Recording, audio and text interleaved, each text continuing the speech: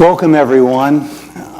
I've got to tell you that what you have in store tonight is a real treat, because I don't think that anyone in this room has been privy to this kind of expertise and historical knowledge of this area that you all call home. Many of you perhaps born here. How many people are native Tampanians, as our mayor loves to say, or native Floridians? This is your home now, and maybe it'll be your home in the future. It's a very important thing to know about where it is you come from, or where it is that you are. It's a very important thing to know about the history of a place and of an institution, because if you don't know about the history of that place and you don't understand how we've gotten to where we are, how can we shape a future moving forward? So tonight we're going to talk about the past. We're going to talk about how we got to where we are, and that predicates what our future is. And in our 50th anniversary celebration, we're not just celebrating 50 years of HCC, we're celebrating this year a vision and a new focus on what the next 50 years and beyond are going to be. So the gentlemen that are here with us have shaped the history of this area, have experienced and witnessed it, but have even beyond that shaped things beyond just the Tampa area. Mr. Sessums was instrumental in the establishment of Florida's community college system, now state college system. Mr. Weaver, we often say, there's probably not a parcel of land in Tampa that he hasn't been involved in some real estate transaction or hasn't shaped the planning and development of. And, E.J. Salcines grew up in West Tampa. This is his neighborhood. He grew up here. And we were talking before in an earlier meeting, and I remember we were talking about today, we speak a lot about diversity, and he said, we had a name for that back in the day. We call it neighborhood, where everybody lived and everybody melded together. So we're going to talk about these things, and we're going to talk about the future, and we're going to have an opportunity for you to ask these gentlemen questions as well. I'm going to start out by telling you a little bit about literally the landscape that we rest upon. So when we talk about the history of a place, we often hear about the human history, but what about the geologic and prehistory? How is it that we even have a Tampa? And how is it that the circumstances that led to this parcel of land being selected ultimately for the site of HCC's Mabry campus, as Dr. Witt likes to call it, our flagship campus, Admiral Witt, I should say. How did it come to be? Well, the first people arrived here in Florida sometime perhaps as long as 20,000 years ago, certainly more than 12,000 years ago. And when they arrived here, there was no Tampa Bay. The Hillsborough River flowed nearly 100 miles before it reached the Gulf of Mexico. So what's Tampa Bay today was a wooded riverine wetland and meadow. And they found an area that was very flat. And it was very flat because the ocean had come and gone many times with the Ice Age. And it was about to come back. We know that they arrived here when the sea level was much lower because many of their villages are now submerged and have been explored by archaeologists offshore. When the water came back, the bay was filled in. The Hillsborough River met the bay in what's now downtown Tampa. There was a fort there, Fort Brooke. Some people say, oh yeah, where the parking garage is.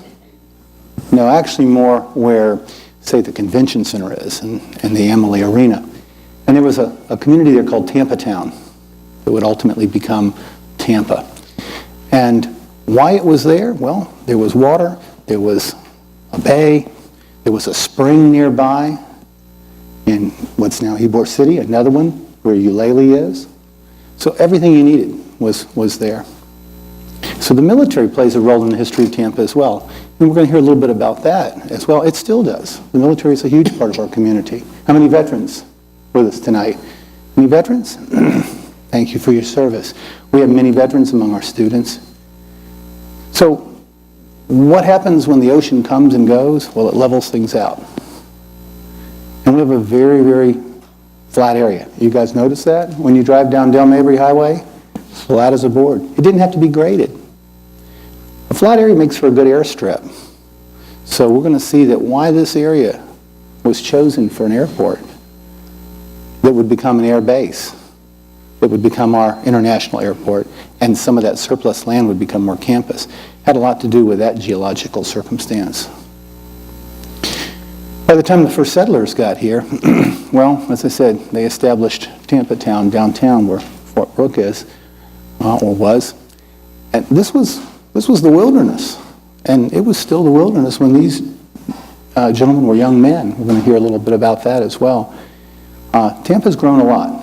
The population of the Tampa area we were just speaking about backstage, the population of the Tampa area now is about the same as the entire state of Florida was in 1960. So we've experienced tremendous growth. You're going to see even more of that growth going forward. So from prehistory to the filling of a Tampa Bay, Fort Brooke, Tampa Town, let's move forward, turn the hands of time forward, and start to talk about where things were coming into the 20th century. And I'm going to ask Mr. Weaver to tell us a little about that. He's a remarkable fellow. He, in the legal profession, is what they call a dirt lawyer. And that's a land use attorney. That's somebody that knows the real estate and the land use. But this man is remarkable because he knows everything about it. He knows about what happened there, who was involved. He knows what they had for breakfast that morning. And so he will share with you, I hope, a little bit about the settlement of this area that led to, ultimately, some of the things that bring us here today. Mr. Weaver. Thank you very much for inviting me. I'm very honored to be here. And can you hear me okay in the back? Thank you for inviting me to come talk to you a little bit about this part of the world. Florida was under about 300 feet of water 2 million years ago, before the more recent 30,000 years ago that Jim just described so elegantly. This particular piece of property, however, was mostly consumed by snakes and wild boar, maybe outlaws on occasion because they confided with the other snakes and the other wild boar. A little bit of dairy farming, and an owner named John Drew. John Higley Drew had built a bunch of houses for Hugh McFarland Park, who'd come in from Boston and New Orleans and learned how to fill the bay and make big money the way Boston and New Orleans had made big money for this very young lawyer with nothing better to do than to buy 113 acres called Alligator Swamp on the edge of downtown Tampa and turn it into the West Tampa you'll hear more about. We're a part of West Tampa, but in order to build all that, he had to hire this great contractor named John Higley Drew. John Drew and Drew Park was an aviation fan. And in 1911, about February the 19th of 1911, we had an air show here, sponsored by a Captain Brown, and we had 12,000 Tampans come see the air show. And when they did, they flew all over the skies, and then they were all three landing, and the three pilots were arrested by the Tampa police because they'd done it on a Sunday, and on Sunday we had a blue law that prohibited charging money for entertainment, so all three pilots were whisked off to jail as we showed the world how really modern and how really thoughtful we were in our aviation air show in 1911. In 1914, the first ever commercial flight was Tony Jannus, and in 1928, John Higley Drew got into the act by leasing the city of Tampa for 5 years for $500 this field. Then about 1933, we finally bought it for about $4,000, having leased it for $500 a year for 5 years, and turned it into a great airfield. And the great airfield would be needed by the federal government desperately in World War II. And on this Drew Field, we would have 120,000 of our beloved troops training in thousands of 5 and 10 person B-17, B-24, A-26, P-47, P-40, Thunderbolts, the P-51 Mustangs, and all the other craft that won the war from Drew Field, where we now sit. Well, Mr. Weaver, tell us, in those days, Tampa had 3 Air Force bases, didn't it? 3 Air Force? 3 Air Force bases. Oh, 3 Air Force bases. We had 129 Air Force bases in Florida. And of those, about 5 were in this area. We had Henderson Field, where USF would come in 1956. We had McDill Field, which is at the bottom, of course, of our peninsula, and then we had Drew Field here. So we had Henderson Field, where USF is now. We had MacDill Airfield, which is 6 miles down Dale Mabry Highway, named for Dale Mabry, who was a 1922 captain of an airship, a dirigible, and the dirigible had 34 people on board, and they all crashed in 1922, the largest air disaster in the history of the United States as of that time, and his father was a Florida Supreme Court justice, so Dale Mabry was the name of the highway connecting, as you say, Doctor, the two bases of Drew Field and MacDill Field by 6 miles. It didn't require any grading to connect our connection to Drew Field to MacDill on Dale Mabry Highway. I want to come back to something in a little bit, because there's something else I think that our audience might find interesting about that history, and I want to talk a little more about Drew Field and some of the things that were going on there. But first I want to ask EJ a little bit, and by the way, the Honorable EJ Salcines, he tells everybody to call him EJ, and so I followed that. I followed that guidance, and I want to tell you just a personal story, if I can. We were again speaking about this backstage. He was a very dear friend of the parents of one of my closest friends, and Paco Barcena used to always say, that EJ, he's a real guy. He says, they're going to make a statue to that man someday. Paco, you were right. There's a statue to this man downtown by the old courthouse. So again, think about that. How many people have their own statue that you've had the privilege to hear speak? And for good reason. You've seen so many things in West Tampa. You grew up in West Tampa. You remember when this area was the jungle, the wilderness. Tell us a little bit about your impressions when you were a child growing up, what this wilderness was that's now Dale Mabry and the campus and the city. This wilderness is the correct word that you're saying. This was the outer limits of the city of West Tampa, because West Tampa was an independent city until 1925. Mr. McFarland, together with Mr. Drew and other investors, bought land and developed the area. In 1925, the city of Tampa annexed the area known as West Tampa. But this area where we are was the outer limits. As a little boy, World War II was going on, and living on Cherry Street here in West Tampa, we could hear the planes going over. We could see the different sizes of planes that were flying over. We were fascinated by the idea of aviation. So we saw this area develop. There was no Air Force, by the way. This was the Army Air Corps. The Air Force did not develop until 1947 or 48. But we had Army Air Corps bases, the three that have been mentioned here, and this one was very important. In fact, when the first planes came to land at the brand new MacDill Air Base, the runways weren't completed, so they had to divert the flights, and they landed here. I was being asked, did any of the showmen during the USO shows come over to the area of Drew Field? Yes. Bob Hope, as a very young performer, came here to perform for the troops. And a senator from Missouri by the name of Harry Truman came to inspect the bases that were being developed here. He, of course, became President of the United States.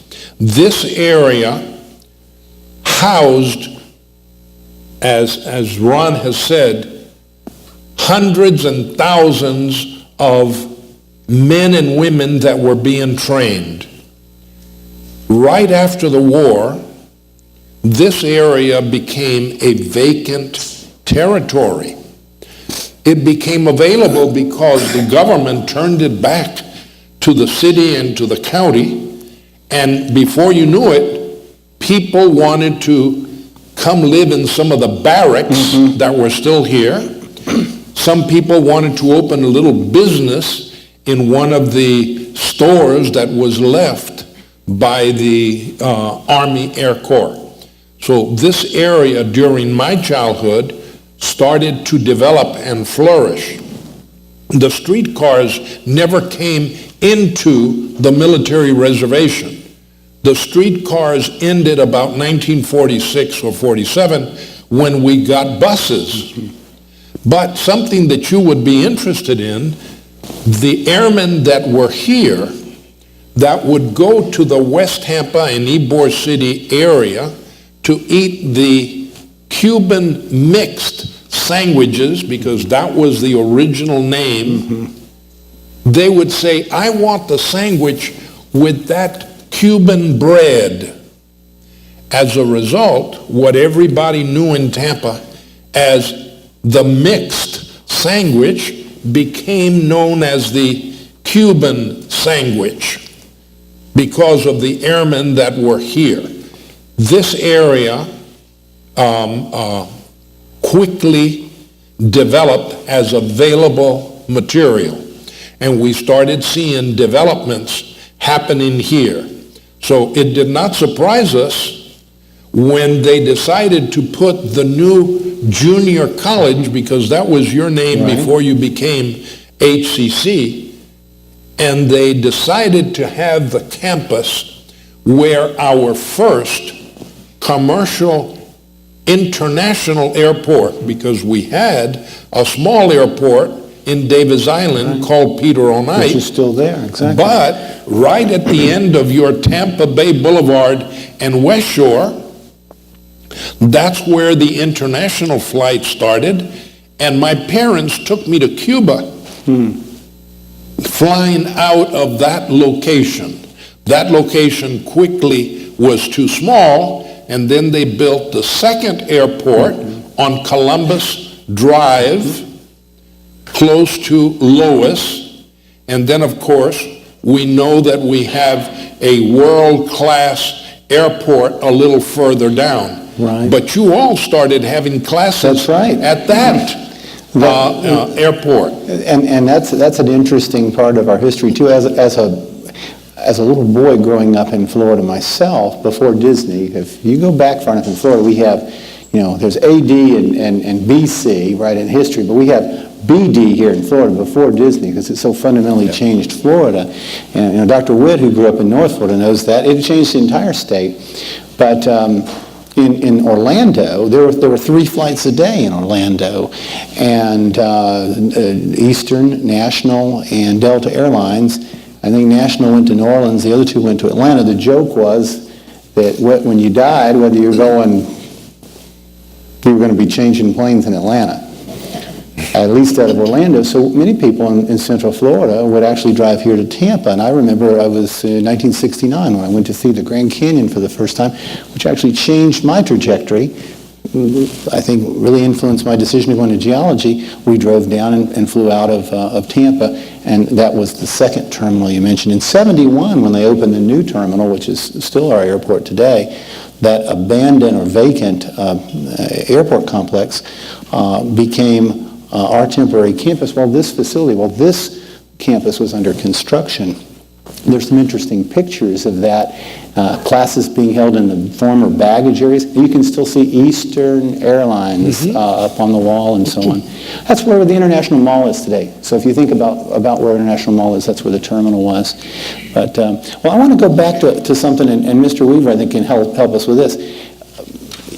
There are a lot of people that do not realize that we had a lot of POWs who were housed here in the United States, and even right here in Tampa. Can you tell us a little bit about the POWs that were here right here at this location? Certainly. In August of 1944, 2 months after the D-Day invasion, we'd captured a lot of Germans.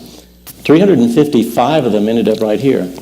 And they, in early 1946, there was a Tampa Tribune article, our old newspaper, which said that the morale of the German troops, prisoners at Drew Field, was higher than the morale of the U.S. troops, because the German troops knew the war was over, they were going to go home, and the American troops had to finish up all that was going on and clean up and protect and restart, what was coming in the post-war era. But we had a bunch of German prisoners of war here, and they transitioned to what became our great Hillsborough Community College by a transition that led us to have 1,600 students in our first class in 1968. So we transitioned from a combination of the military to the enlightenment of science and healthcare, and a beacon really for education, because in 1968, and Terrell's going to get to the legislation in just a moment, that he was able to bring us in order to get us the money. But the first money was $1 million. Terrell's going to talk about the politics. The budget, I think, now is like $130-some million in your budget. We had a $1 million budget in 1968 to educate 1,625 students. And we didn't do it in the temporary headquarters where we'd kept those PLWs. We did it at Hillsborough High School after class. So the Hillsborough High Schoolers would go to class, and then that night would come 1,625 students with $7 a credit hour, and now it's $100 a credit hour, $350 if you're out of state. So we've transitioned over the last 40 years into one of the great educational institutions in all of Florida, from just our humble Drew Field days to the great Hillsborough Community College. Well, and that brings me to another interesting point that we have to touch on. I don't know how many of our students realize this, and Dr. Witt and I, in our doctoral studies, had to delve into this quite a bit, but the history of the community college, it is a uniquely American institution. How many of you are aware that this is something that is an American institution, this idea of a junior college? And the idea of literally a college in the community that would allow people to have access to higher education is also tied very much to what happened right after the war. After the First World War, there were a lot of unemployed soldiers, especially coming into the Depression. And some of you have had enough history to hear about the Bonus Army and the March on Washington and so on. And I think the lesson was learned so that after the Second War ended, while you're transitioning to a peacetime economy, there was a need to have a respectable form of unemployment. I often say college is still a respectable form of unemployment for many folks, right? It's a respectable form of unemployment or employment for others of us as well, but what do you do with all these soldiers returning? Educate them. And the GI Bill led to the greatest transformation and the greatest educational expansion in the history of the world, not just this country. And it required then more institutions to educate these men. So I'm going to ask Mr. Sessums to tell us a little bit about the state of education in Florida at the time that the war had ended, what our universities, our public universities were like, and then his role in the creation of both our community college system and the expansion of our universities. As you heard Steve say before, he's a former chair of the Board of Regents. But this is a man who, there are a lot of people, especially in an election year, talk a big game about education, right there with apple pie and motherhood. But people that really have delivered are the real McCoy. You'll not find many folks who have better bona fides than Mr. Sessums, who has an elementary school named after him in his honor, the mall, I believe, at USF. He and his wife, who's passed on now, have a scholarship at USF, and you've been on the board of UT, Florida Southern. Your dedication to education is absolutely remarkable, and I applaud that. Tell us where the landscape was in 1947, coming into the 50s, the future, and what Florida saw as its future. Well, y'all correct me if I mistake, but I want to jump back just a little bit earlier.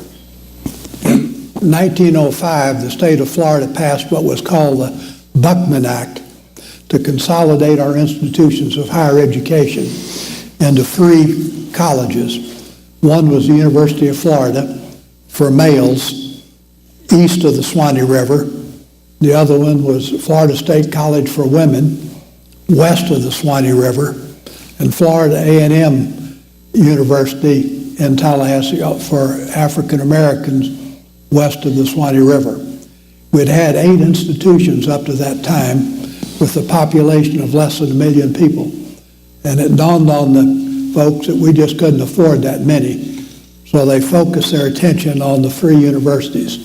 The University of Florida, of course, started in Lake City. It didn't move to Gainesville until 1922.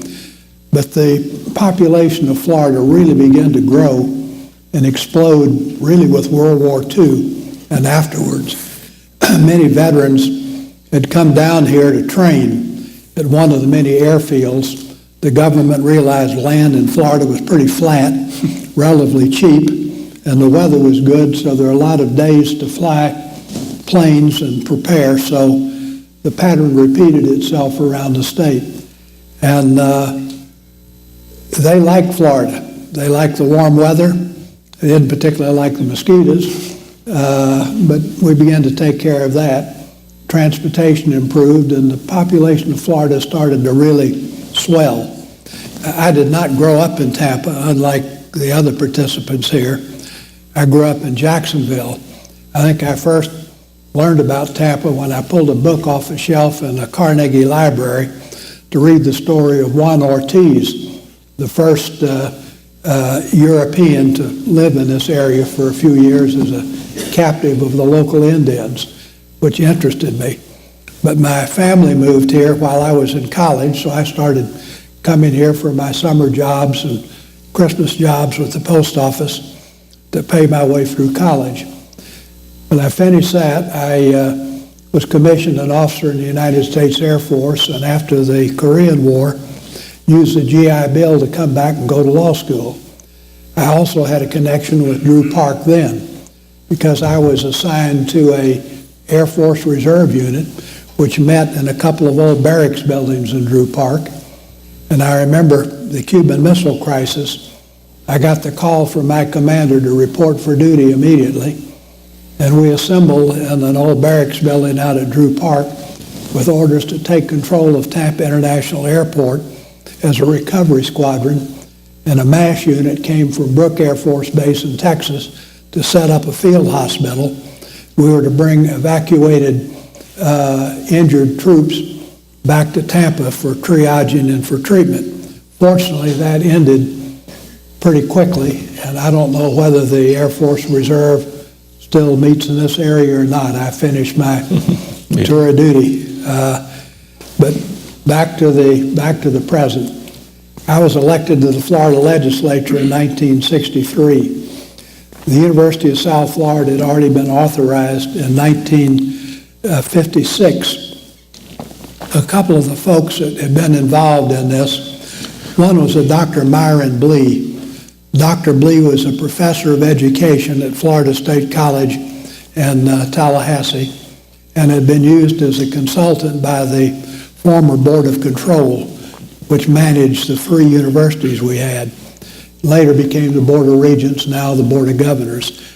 And the folks realized that the population of Florida was growing rapidly, particularly in Central and South Florida, and that our free existing state universities were not going to be able to accommodate all of the students that needed access to post-secondary education. So Dr. Blee, in consulting with the Board of Control, recommended the establishment of several new state universities.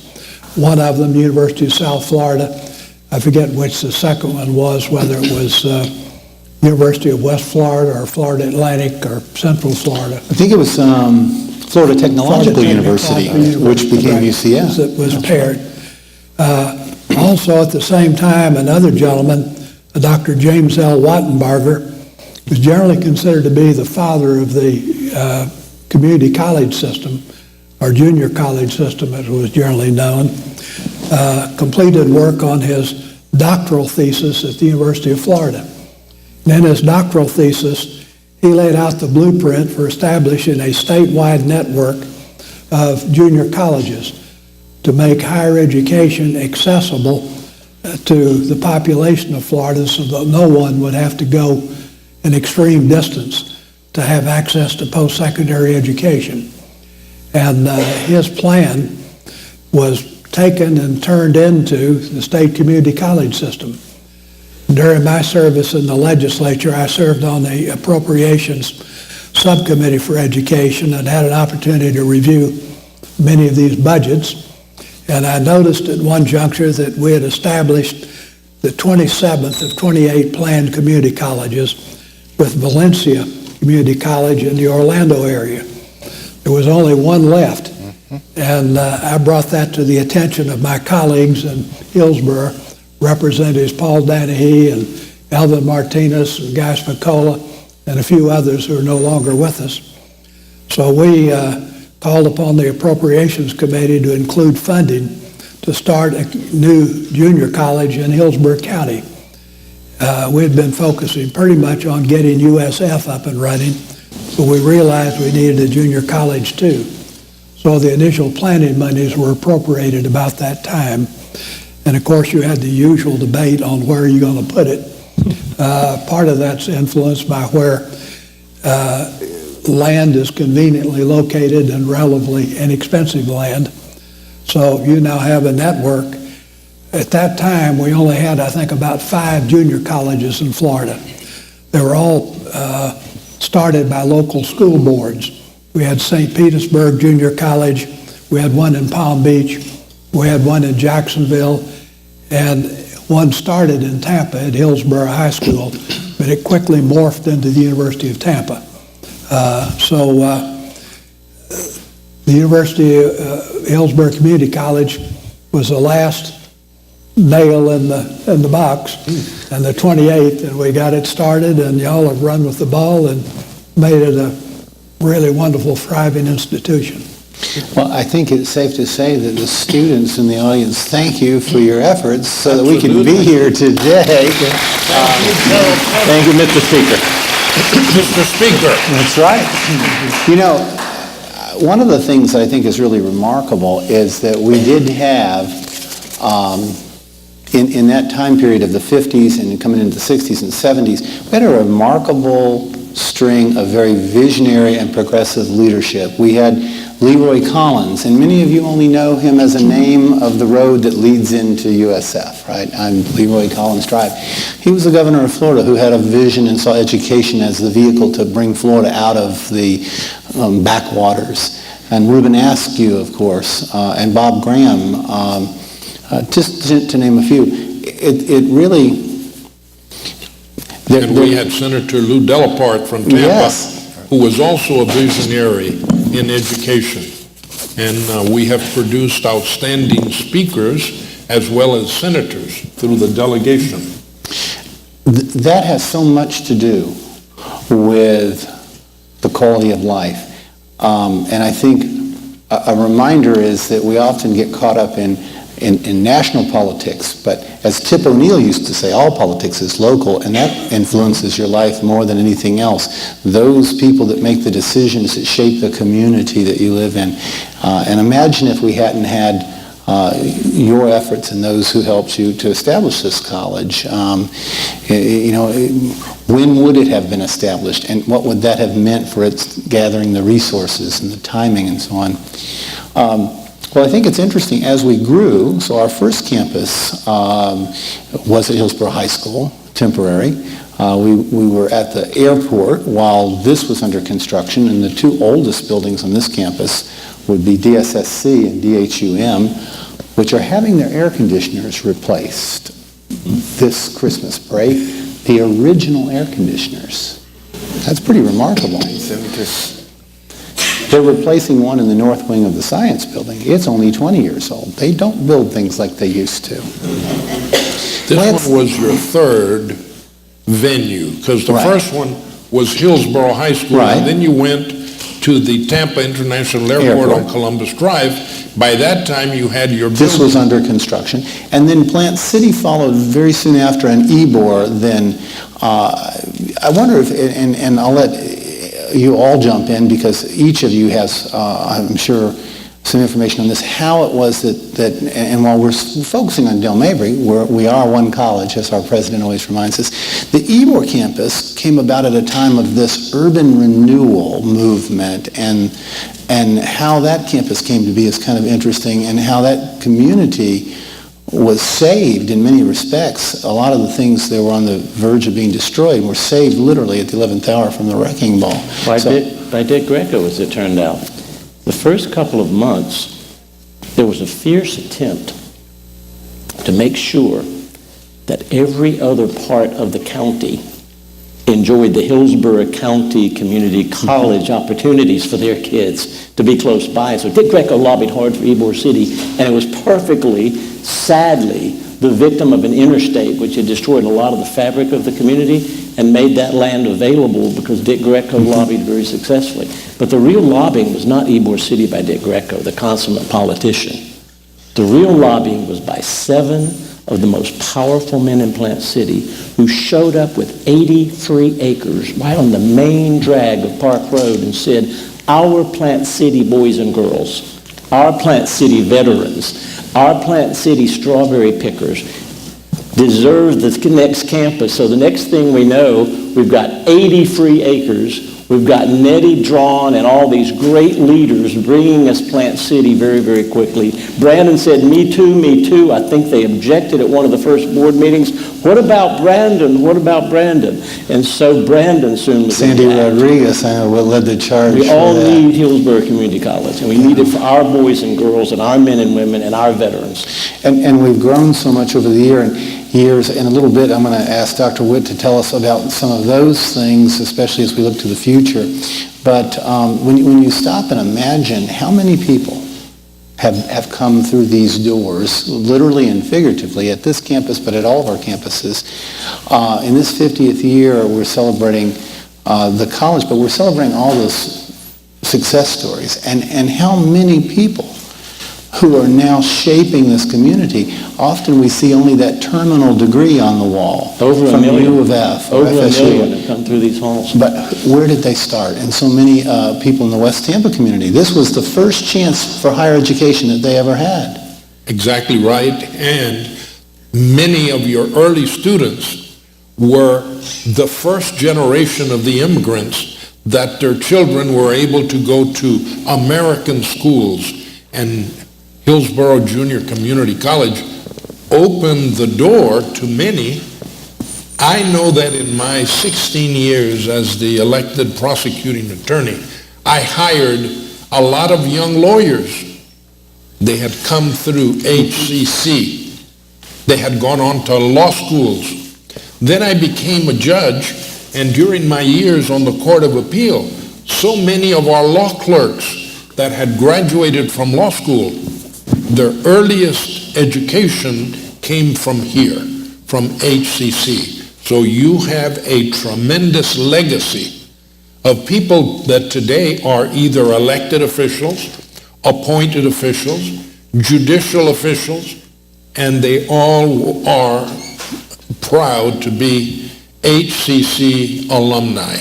Like Percival Davis was a life science professor here in 1968, and Percival Davis would go on to write in 1983 the premier book on biology and about a dozen other books, including Intelligent Planning. So just Google Percival Davis, D-A-V-I-S, faculty member, professor, Hillsborough Community College, 1968, Life Sciences, and then watch his spectacular career through all dozen books, and he's in Wikipedia, and don't miss any of the million of you that have changed the world and are changing the world because of Hillsborough Community College. Well, that's part of truly the satisfaction of working in higher ed and having spent now as many years, in fact more years, working in it than I was old when I started working in it. Running into people all over the community that I had in class, running into their kids, and you realize that this is a community. It's the community's college. Now, I want to also come back to Mr. Sessum about another area that you contributed to, because if I'm not mistaken, you were also instrumental in the establishment of the Tampa Sports Authority. And the fact that you talk about this synergy of of this campus and then the sports facilities that we have here, as we've heard, this was the wilderness, but now when people think of Tampa, they think of this area. They think of the airport, they think of Raymond James, they think of the Dale Mabry Highway. I'll try to give it to you fairly quickly, but I've been a student body president at the University of Florida, where I did my undergraduate work. The University of Florida came down to play a football game in Tampa at Old Phillips Field. I forget the year, probably 1949. And Phillips Field only seated about 12,000 people. It was fine for the annual Hillsborough Plant High School game and for some University of Tampa games, but they played the University of Kentucky. And the coach at the University of Kentucky was Bear Bryant, and he had a quarterback named Babe Vito Pirelli, who was Athlete of the Year. And the Gators came down and got just blown out of the stadium by Kentucky. They got beaten 40-something to maybe 6. But to make matters worse, all the University of Florida students who came down couldn't get in the stadium. So they almost had a riot, too. And we came back to Gainesville, and the student council, student senate, and the faculty athletic committee said, no more football games in Tampa till they have a decent stadium. Well, I ended up finishing law school and being offered a job by a law firm in Tampa and came here. And another young friend of mine was the sports editor of the Old Tampa Times, the afternoon paper. And Wayne and I were talking about our impressions of Tampa. He'd come down from Raleigh, North Carolina, and I'd grown up in Jacksonville, where we played high school games at a bigger stadium than Phillips Field. So we thought one of the sort of anomalies, Tampa didn't have a decent stadium.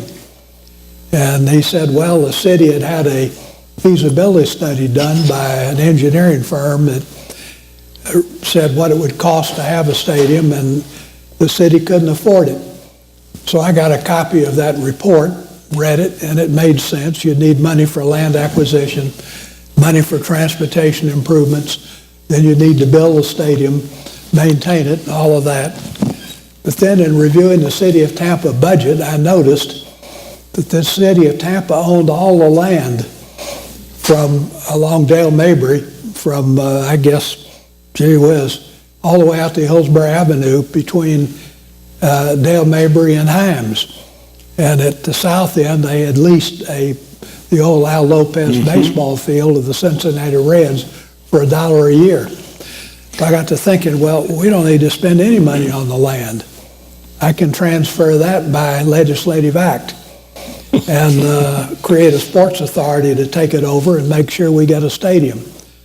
Then there wasn't any need to make the transportation improvements. Dale Mabry Himes had all been improved. So all I need to do is get commitments. Sam Bailey was the athletic director of University of Tampa. They assured me they'd play X number of games and could hit at least such attendance. I went to Gainesville and met with the athletic director, Ray Graves, and he gave me a commitment that the University of Florida would play an occasional game again.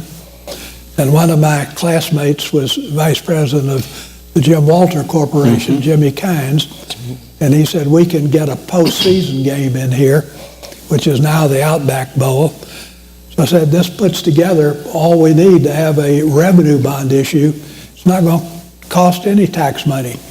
We don't need to buy the land. We don't need to make the transportation improvements. We can generate the revenue to build it. And the original Tampa Stadium with 46,000 seats The old sombrero. $4.6 million, of which about 500,000 were the soft costs for architects, engineers, and bail bondsmen. So that was a fun thing to do. It wasn't easy, but we got it done, and you've got a noisy neighbor. Well, and that creative approach that got the stadium first, then again allowed for Hugh Culverhouse and the ownership group to get an NFL expansion team, and that's how we got the Bucks and ever after, bringing Tampa into literally the big league the cities that had an NFL team. That's a remarkable story. And again, look at the debt of gratitude that people owe that have no idea of your involvement in that. Well, I want to move us closer and closer to the present time and to think about where we are today and the things that we're doing, because nothing stays the same. The only thing that's constant is change, as the saying goes. We continue to educate students for changing careers. We continue to send students on to the university for majors to go into different areas that are changed and transformed. But our commitment is still to the community. We're still the community's college. And we're one of the last ones that has retained community in our name, and that's a very purposeful thing. Deliberate. Our president has been clear about that, and how it is that we continue to be such an economic driver. Last night, some of us were at the EDC meeting, and the college, rightly so, takes literally a front and center place as an economic driver. This is what the people with vision, like you gentlemen and others that you mentioned, understood, that if Florida was going to be raised out of the backwaters, it was going to be education that was the driver. This is what brought the kids from West Tampa a vision of being able to be professionals. How do we continue that for the future? How do we continue to deal with that? And Dr. Witt, I know that you have been involved in the community college system for a long time. In fact, I've heard you speak of Dr. Wartenberger. And tell us how, as a college president and a person who's been involved in this, how do you continue to maintain the relevance and maintain the energy and keep that message of how important we are in a time when there's so many proprietary schools and other avenues out there for people to achieve an education? Representative Sessions mentioned James L. Wattenberger, and I started my doctorate in 1985 at the University of Florida. Notice that's not my freshman year, that's my doctorate. About the time your grandma was born. And the head of my department was named Jim Wattenberger, and one day when we were discussing what my doctoral dissertation would be, he said, well, let me give you a peek at mine. It was in a beat up old folder, and I opened it up, and it says, a junior college system for the state of Florida. And I almost dropped it. It's like you pick up the Bible. I mean, there in the entrance he says, and it's dated 1954, 55. He says Florida needs to create a system of junior colleges, and there should be 28 of them. How many are there today? 28. And literally, he became assistant principal at the experimental school in P.J. Young Experimental School, University of Florida. Go Gators! 17 to 28, by the way, this weekend. And who's counting? Oh, well, that's you. And Governor Leroy Collins, who I also had a chance to meet several times, calls him up and says, you know, I've heard you wrote this dissertation. I want you to come to Tallahassee and build it. He was in his 20s. Can you imagine all the colleges? He chose where they were going to be. He chose where they were going to be located. And he was there in a remarkable time. It was like a dozen things came together that had never come together, and another 20 things were coming together in the future. And he was right in this nexus where everything was coming together that brought this incredible system of public education that we call community colleges. As Mr. Salcines said, we started with 1,600 and change kids at night in Hillsborough High School. What we don't say is the second semester it doubled because people heard about it. They brought their brothers and sisters and aunts and uncles. It was almost free. It was as close to being free as you want. $77 a credit hour. Wouldn't you love to have that? And it exploded, but it was the right place at the right time. And we've talked about these things, but let me for just a second put my arms around that and then take us into where we may be going in the future. Because if you knew where we were going in the next 10 years, you would be a billionaire because things are changing that fast. And if that happens, remember your teachers. Remember, please. Hillsborough Community College Foundation would love to have a name on your name on a building for a couple of million. It'd be lovely. As long as you haven't been convicted of a felony. But let's look. I was born in Florida. I'm almost afraid to say it's 1951. Sounds like the end of the last ice age, but it was just in historic times. Two of these gentlemen were born considerably before I was. It is almost like being born into another planet. It's like being born in a country in Africa or a country in Central Asia today. Florida was an agricultural state. Just a few years ago, before then, as EJ said, the population was 1 million. When my mom was born, the population of Florida was 1 million. The entire population of Florida. Hillsborough Community College has had 1 million students. I mean, can you imagine that? Truly. Like the entire population of Florida at that time was the student body of Hillsborough Community College. You didn't have to ask what everybody's. When I was a kid, what their parents had done, their grandparents had done. They were all farmers. Most of them plowing with mules. I mean, we're talking the automotive. And both of my parents remembered when they saw their first car, and it wasn't when they were 2 years old. So we joke about mosquitoes. Oh my God, mosquitoes were swarms. I mean, they were, when screen was brought to Florida in 19-teens and 20s, it was such an important thing because you couldn't live for the mosquitoes. So don't think about Florida as Disney World. Think about Florida as the poorest part of Mississippi today. Very agricultural. Almost nobody had a college education. College education was for the very wealthy and a few school teachers. That was it. My mom had a college education because she was a school teacher. But she started teaching school with a high school degree because she didn't have to have it. So we were an agricultural state, and then a bunch of stuff was happening. We'd gone through the Great Depression in the 1920s and early 30s. Everybody was broke. Everybody was poor. Even the rich were poor.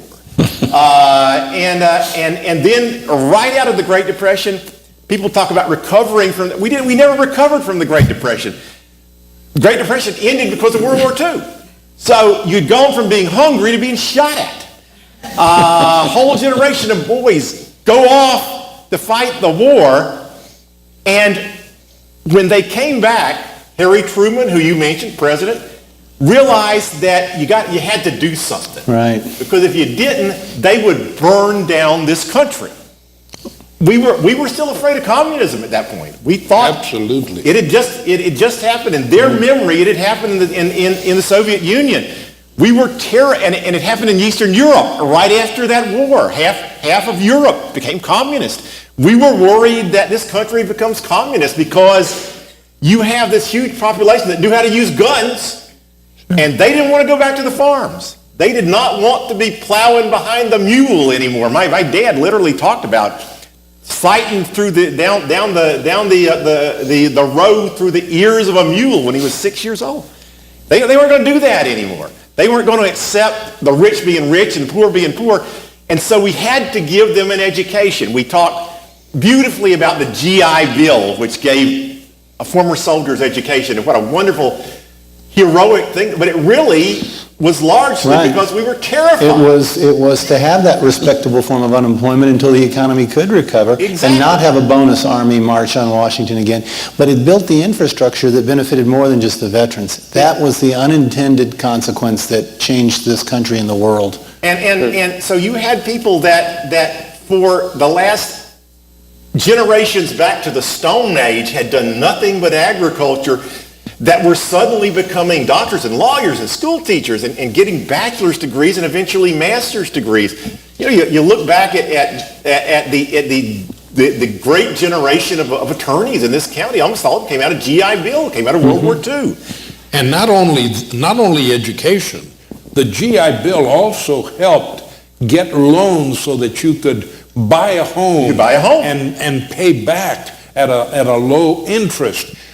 All of a sudden, when you had been a farmer working for someone else, now you had the opportunity to buy your own little home, and the government was going to finance it for you at a low interest.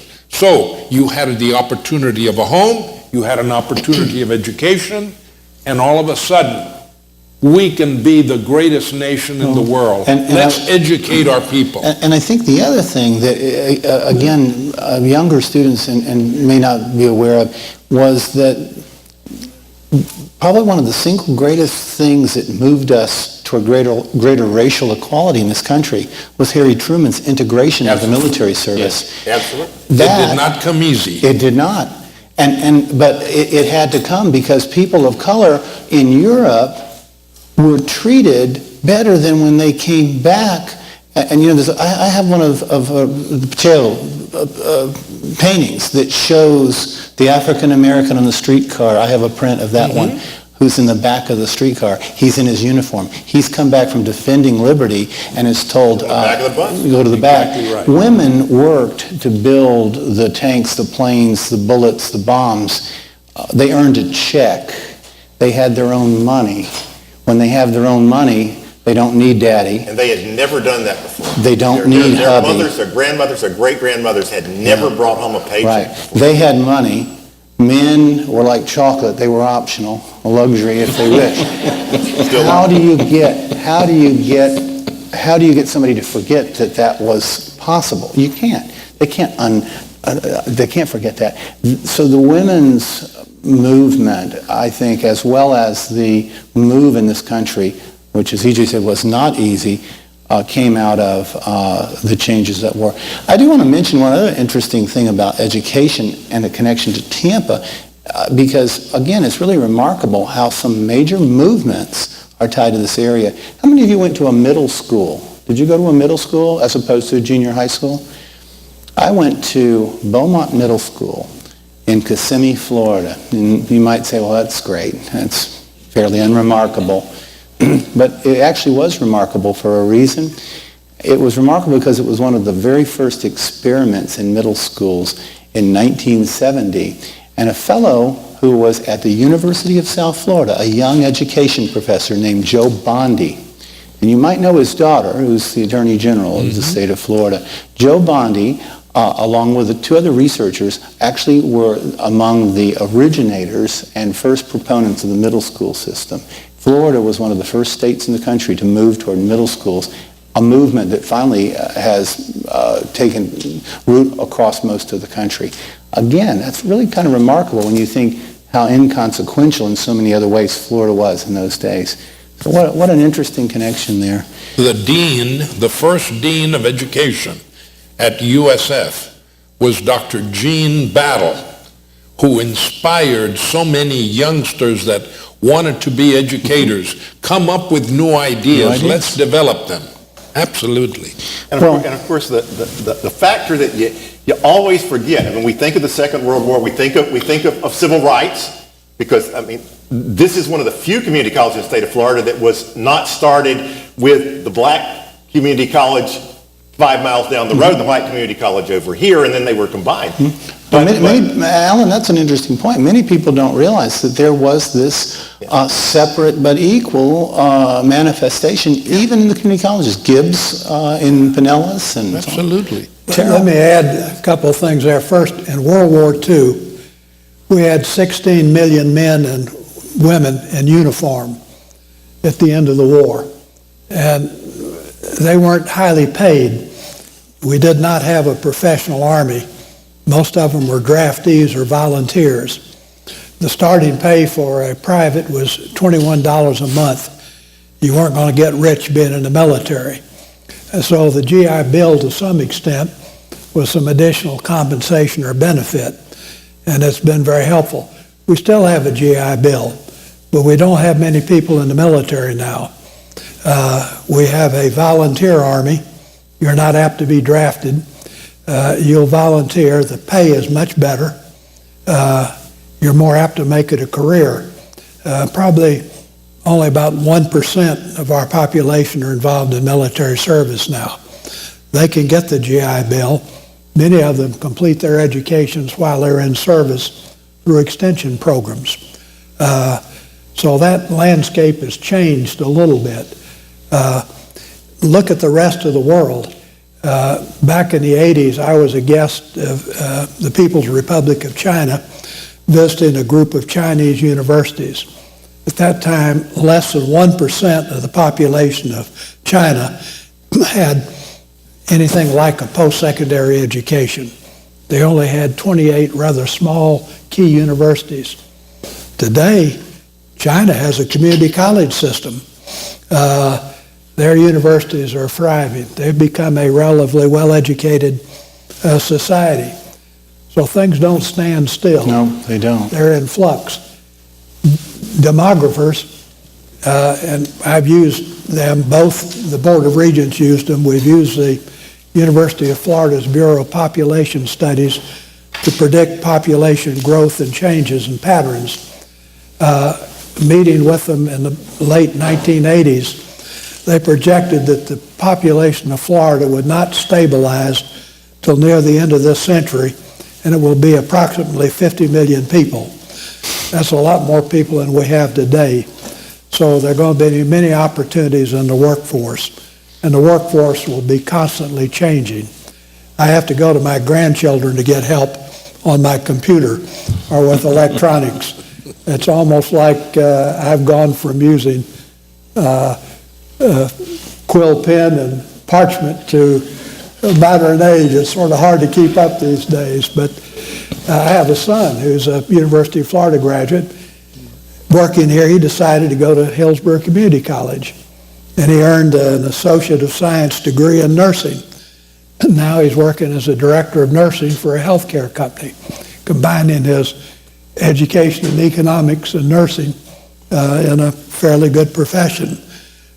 So there are many opportunities that this community college will offer you, either fresh out of high school or later in life. And a lot of what is happening is not what we're doing for you, but what you're doing for us, because I chaired the finance committee for the St. Joseph's Hospital and the Baycare Health System of 11 similar hospitals. And I can remember at least a dozen occasions when we'd look around the room and we'd be sending $1,000 to anybody in the Philippines who would come from, remember that, Susie? From the Philippines just to fill the nursing shortage. And suddenly, right here on our door, just 4 blocks to our west was our Savior. Because there, and now I sit in the lobby on one of our St. Joseph's Hospital Baycare Health Systems for interrelationships. We've had thousands of folks who have filled that horrible void in our mission of taking care of getting people well because of, and only because of, Hillsborough Community College. And it's also a great enabler. I think 56% of HCC's women and 32% Hispanic, and we have a Hispanic salute tomorrow morning at 11 o'clock in this room. And African Americans are 20% and comprise an amazing resource of the capture of what is really the best of what Tampa can be in healthcare and science and STEM and $4 and $5 and $8 million grants, national recognition, #1 community college in the country in 2012 for the Green Genome, which recognizes the numero uno of all the community junior colleges in the country. Well, there's 1,000 of them. It was #1 in 2012. It's called the Green Genome, which means a community college which has devoted itself to energy conservation, to architecture and landscaping, like native landscaping, to use less water, less energy, to save the environment, recycling, all cutting edge, more than any other community college in the entire country in 2012, just because, like in healthcare, Hillsborough Community College was there when we as a community developed needs. The word community in Hillsborough Community College is how desperately we need our evolving needs to be where you save us again. You are savers. As we sit here under LED lights, Yes, we are. in what EJ reminds us is the neighborhood. I had an interview a couple of months ago about, we're a Hispanic serving institution. We have had grants, and we have currently a large grant that's in my area for Hispanic serving institution. And the person said, well, how long have you, has your community been, had a large Hispanic component? I said, oh, just since the 80s. That would be the 1880s. And there was a long pause.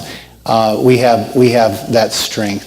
Well, gentlemen, I want to thank you again, and I know our audience wants to thank you for the contributions that individually and collectively you have made and the leadership you've shown, and the fact that I'm sure many people now realize that behind things don't just happen.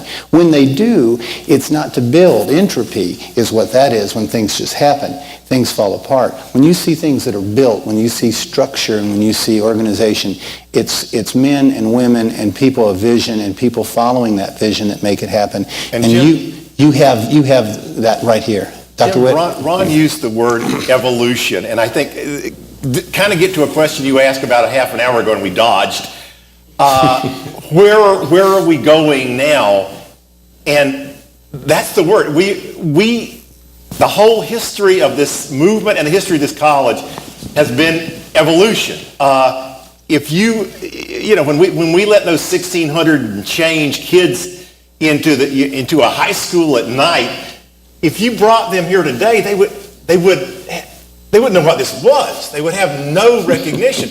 They were getting the first 2 years of school. They were going to go up the road to the University of Florida and finish it up, and they were going to become doctors and lawyers. That was fun. And the vast majority of them were male. The vast majority of them were white.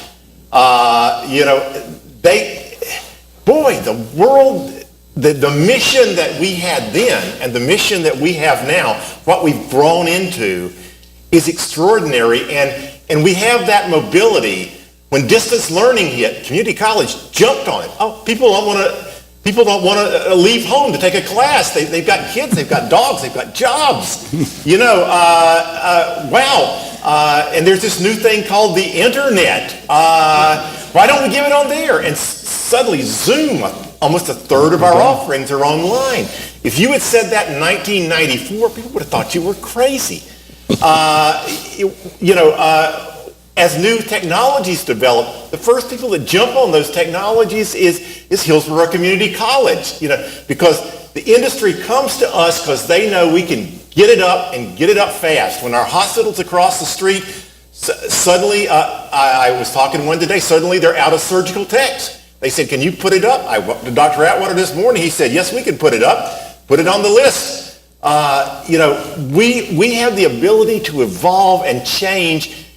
And I have no idea what this place will look like in 20 years, but I know it will not be recognizable from what it looks like today. Will we still have classes in classrooms? I don't know.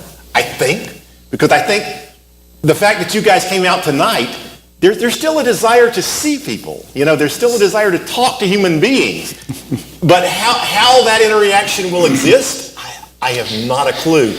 But I know that based on the last 50 years, this institution will evolve quickly to meet those needs, because that's what we do. We don't get a lot of money. We get about a third of the amount of money per student that the universities do.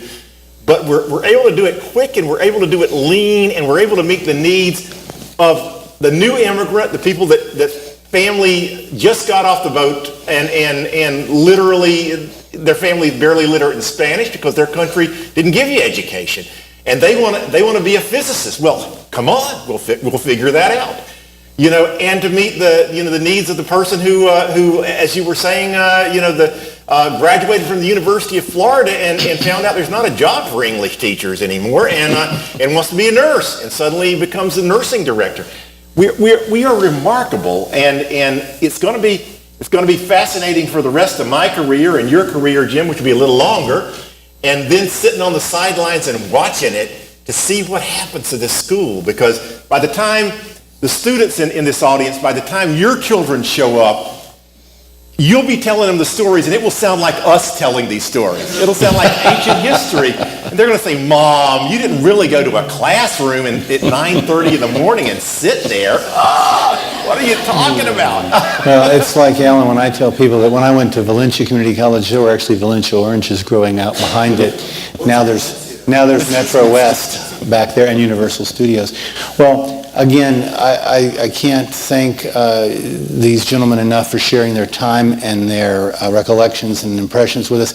And I want to have an opportunity for you all to ask any questions of them. And please feel free. Steve's got a mic, and so let's first give them a round of applause for their time.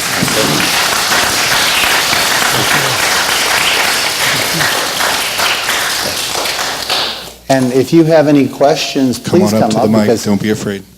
this is an opportunity that you will probably not have again, to have this kind of experience. First, it's an honor to meet all 5 of y'all. I never met you, but I seen a picture of you. My brothers went to Sessums Elementary. Like my come. All right, I never had a chance to meet you, but I seen pictures of you at Sessums Elementary. And I want to ask you, what year was that school built? What? Sessums Elementary, is that school named after you? Yes, in Riverview, yeah. Right. And Sessums Road, what year was that school built? What did I do to get that? What year was it built? Gee whiz, it's about 10 years ago. Right. My little brothers were some of the first students to go out there because before the Riverview community was developed, it was all cow patches. Yeah. And to sit here and listen to y'all say that y'all developed that, I was like, wow. Because I remember I was going to Eisenhower and there was nothing. Literally, we used to play football in the cow fields, and I was like... Eisenhower and East Bay, that's about all that was down there. So it's like, no, it's an honor to meet you, gentlemen. It's like, Thank you. this is just motivation, because like, for my vision that I have for myself in the future, it's like, what do I see myself 20 years from now? And Left y'all here. envision this. Right. We need Y'all that. did this 50 years ago mentally, and y'all manifested it, and this is like motivation and inspiration for me. And I just wanted to let that be known before I leave, because I got to go to work. Thank you. Thank you. Very recently, Jim, you know because you hired me, Jim was on my committee, brought me here 11 years ago and put me in charge of a school that was literally not, a campus was not built, and it was in the middle of a tomato field. And today, that's urban. I mean, that whole, it's surrounded by houses and stores that's and remarkable. Amazon.com. It is interesting that pattern continues to follow. Sable Park donated the land for Brandon. The Dickman family donated the played out tomato fields that became, but that's another part of that investment, that vision. I know there's more questions out there. I can see it written on the faces. And faculty and staff, you're welcome too. Yeah.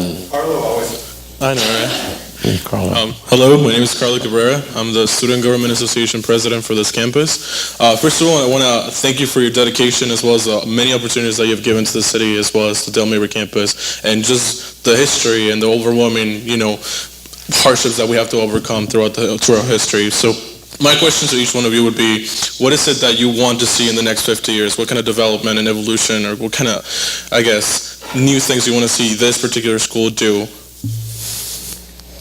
Be there for the next great needs like healthcare at St. Joseph's is to be not just our savior, but our inspirer of where the community needs to focus, whether that's in technology for transportation, whether that's in technology for curing diseases, whether it's partnering with Moffitt to cure cancer in your lifetime. Because I think that you have that ability and you have that place that you could be when you figured out what is you really want to be passionately, that you take Hillsborough Community College and mobilize all of the resources that have helped 1 million of you to get ready, is for you to figure out what it is that really isn't happening in this community. And I think it was Einstein who said, it's not our duty to complete all of the great works of mankind. It is our duty to start at least one. So I think it's one that you find that you can use your Hillsborough Community College to be ready to prepare to be the one that solves this community's needs, like transportation today is desperate. Diversity today, our relationships among ourselves need dramatic improvement, and that's where you can make a difference. True. Carla, can I jump on that quickly? Sure. I want to see a campus and a college that breaks the old mold, and the old mold has always been an immigrant comes to this country and they live in poverty for the first 2 generations. And then the 3rd generation maybe learns a trade that gets them out of the field and gets them out of manual labor. And then the 4th generation maybe goes to college.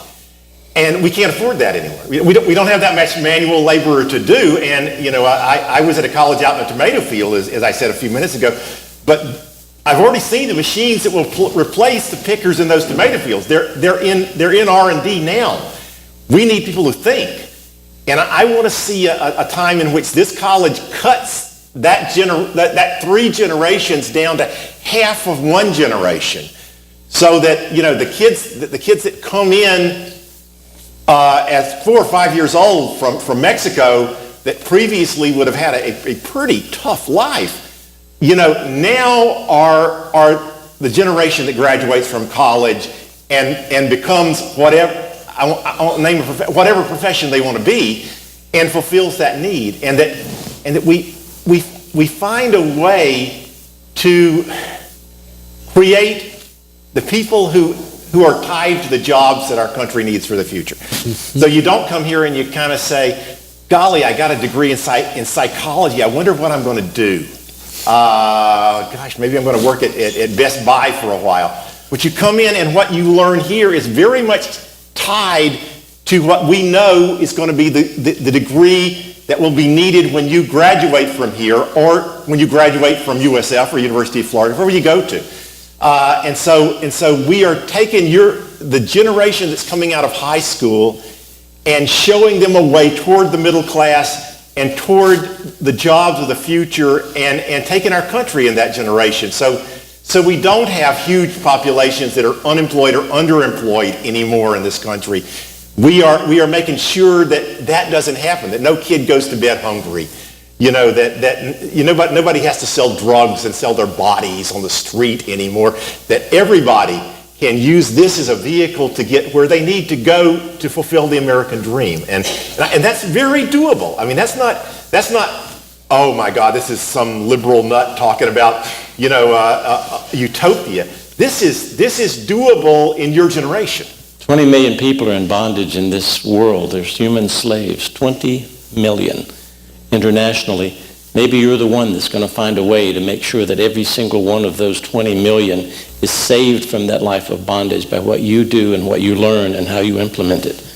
20 million people in our generation are in human bondage, some form of persuasion and some kind of entrapment and some kind of stealing their kid and saying, oh, you know, they'll steal the kid if you don't come into human bondage. Remember tonight, remember what we talked about, you know, where this state has come from a time where people had no opportunity. In my parents and my grandparents, opportunity didn't exist. You were going to be what you were brought up to be, what your parents were. To where we are today, when you're making that decision, and then you be the change, Carlo, and every person that's sitting out here, you be the change that takes the world after we're in the nursing home to the place that it can be. Because, you know, you can't do it in a generation, but you can do it in 2. And you're going to, I know. You're going to. I see it. You're asking questions, which is important. I would add to that, and this is a request of all of you, to be proud to be an educated person. Never apologize for that. Encourage others to follow in your footsteps. Help them. It's your duty. Be a leader in all the things that you do, because that's the real way, and what makes this country different is to have that upward mobility. And it's not just for the individual, and this is what I've told the faculty when I speak to my faculty. It's not just that person. If they leave your class tonight and don't come back, you haven't just lost them.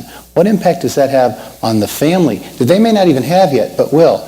What impact does that have on society? When you're educated, the earning potential goes up. Well, that's great for you, but it's great for your family. It also means that your propensity or probability of being involved in something that is going to require a drain on society, being incarcerated or requiring social services, goes down fantastically. An education is critical to our strong community, back to our community. So be a leader. Talk us up. Talk yourself up and be proud. What I'd like to see in 50 years is enough HCC graduates that we have a strong alumni base and people know HCC across the country. They'll say, man, I know Tampa for two things: Cuban sandwiches at HCC. Amen. That's a slogan, Jim. There you go. I know there's more good questions. That was a good one. There he is. All right. Waiting in the wings. Yes, sir. Yes. So my name is Lydell Kerbel, and as the others before me said, it is an honor to be able to be in front of you guys and to be able to hear your stories. As Carlo asked before, you guys just mentioned about what you would like to see in the next upcoming years as HCC goes forward. And one of the valuable things about history is being able to learn from the past. So what lessons can students today take away from the history of HCC and its development and its proliferation in order to go forward in the future with all those amazing things that you guys just mentioned? Remember that plant? Go ahead, Terrell. Let's take a crack at it. There are four battles that humanity's been waging over the centuries. The battle against ignorance, the battle against disease, the battle against hatred and prejudice, and the battle against poverty. And hopefully you're going to be equipped to be a combatant in that battle so that you're not a victim of poverty or ignorance and that you take care of yourself and your health. But there's one thing you need to do. The workforce is going to change. We've gone from 90% of our population engaged in subsistence agriculture to less than 5%. Automobiles, we make more and better cars with fewer people. The workforce changes. But one thing you have an opportunity to do is don't be selfish. My wife and I both had an opportunity to have a higher education because some thoughtful people provided us with scholarship help. And we were able to get an education that, despite our own work, that we probably couldn't have afforded. So as we've prospered in life, we've had the privilege of endowing probably 25 scholarships for students. I remember when I finished public service, the last 3 terms I served, I didn't have any opposition. When I decided to hang it up, my kids were getting older. I needed to start making a living again. I still had $10,000 left in my campaign finance account. A lot of the people who gave that money died or left. I didn't know how to refund it. So the Attorney General gave me an opinion letter that I asked for that I could make donations of it. And I gave $1,000 to the Hillsborough Community College Foundation. I think they were a little surprised the foundation was just getting started up. But you'll have an opportunity to help other people. And that's important. Help yourself. Get ahead, but don't be selfish. I think there are a lot of other people that need help too. Reach out and do what you can to help them. In the area of race relations, I came back, I sat an Air Force commission, but I didn't fly airplanes. I was a military police officer trained by the Marine Corps and the Army. I came back from a European assignment, and the flight surgeon put me in the hospital for a little repair work. Then I reported into my squadron, and my commander congratulated me and told me I'd been promoted to captain, and he said that I had a problem we needed to deal with. He said some lady refused to sit in the back of the bus, and a young preacher had come over from Atlanta forming the Montgomery Improvement Society and had started a bus boycott. And my unit had been designated to be the federal intervener if federal troops were required to maintain the order. Well, I was in Montgomery, Alabama in 1955. And the lady I know now, I didn't realize the historic significance, was Rosa Parks. Well, segregation was an evil that needed to be eliminated. Governor Collins, others started pointing us in the way, but it was not an easy thing to accomplish. I had roughly 300 troops Most of them were Korean War veterans and World War II veterans. So we could have defended our base, and I was promised 1,500 troops from Fort Benning, Georgia, if we needed them, but things never really got out of hand. We stayed on top of it, and finally the federal court found the segregation laws to be unconstitutional, and peaceful change began to occur. But every now and then you gotta tighten your seatbelt, put your head down, and work hard to do the right thing, but reach your hand out to help other people too. And Lydell, there was a 9-year-old student in Pinellas County who watched all this food in the cafeteria in a Pinellas County school. And he went to his teacher and said, why is all that food being wasted? And he got bureaucratic answers from everybody about the safety of that food and how they had to throw it away at the school board. That 9-year-old in Pinellas County went upstairs. He wouldn't take no for an answer. And that's our answer to you today, Lydell, is don't take no for an answer. You're not too young. You're not too unconnected.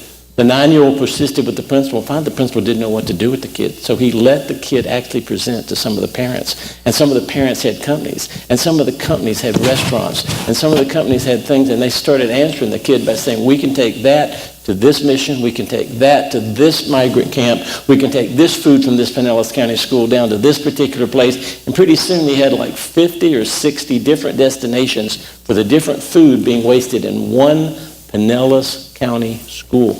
You're never too young, and if you don't take no for an answer, you'll be able to use everything that the million of you are learning here at Hillsborough Community College, and I promise you, you too can make a difference. And let me echo that to those of you, and you're included, who are our students and who are our student leaders. You know, James and I who work here, I mean, we think we're the most liberal, broad-minded. We're cutting edge, you know, because we were in the 1970s. But you know, we don't know. We don't know. We're the generation that's close to stepping off the stage. When you see something, you say, why in the world does this college do this? You say, oh, I guess it's probably a law, you know, it's tradition. Ask us. I had a wonderful person who's in the position that Carlos is in now, named Kay McDonald, who came to me. I came to this campus from our South Shore campus in January, and the first time she met with me, I felt very important. I'm the campus president of Dale Mabry. Oh boy, am I a big shot! And she's a student. And she said I thought she was going to congratulate me and say what an honor it was to meet me. No, Kay McDonald said to me, why don't we have students for our bathrooms for our transgender students? What the heck are you doing? You've been here a week. What do you want to do, Kay? What do you think? And she said, well, we have people who feel uncomfortable here. You know, you got to make a choice. Am I male or female? I don't know. Today I may be male. Tomorrow I don't know. I just saw a wonderful presentation this afternoon. Some of us were here, and you know, I said, well, just hold on a second. And I got on the phone with the director of physical plant, and I said, look at those restrooms that are single use. Well, you know, I said, I don't know what we're going to do about the rest of them because we'll have to do some plumbing issues. But those, I don't care. Mike order some signs, and by God, by the end of the semester, you know, strangely enough, we wanted them to say gender neutral, and the state of Florida said they don't approve gender neutral signs yet. So now they have pictures of little men and little women on them. So I guess you have to choose who you are today. But we will change that very quickly too. But you know, we don't get it all because things are changing so fast. You know stuff that your professors and your administrators don't know yet. So tell us. And if it's not against the law, and if it's not going to get us fired, we'll probably do something about it. We really want to. You are living at the you know, as they said about the internet, the internet is the greatest change in human history since the invention of the printed word. 1,000 years ago when Gutenberg printed the Bible. It's the biggest change since then. And you are natives of that world. You don't remember a time, many of you, before that existed.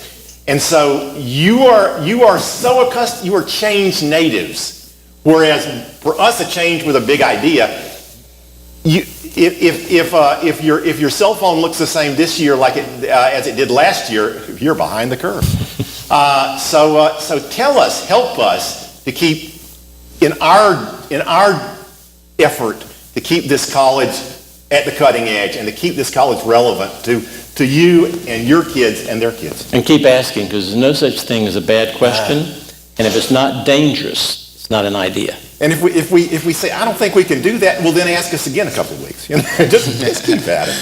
Don't ask, you don't get. That's how things work. I think we have time for just one more question. Thank you, Thank you. I want to be respectful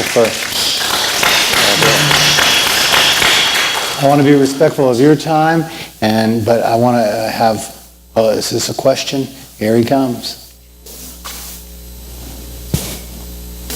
Hi, my name is Jonathan Boris, and it's been an honor to see this presentation and be a student of this fine establishment.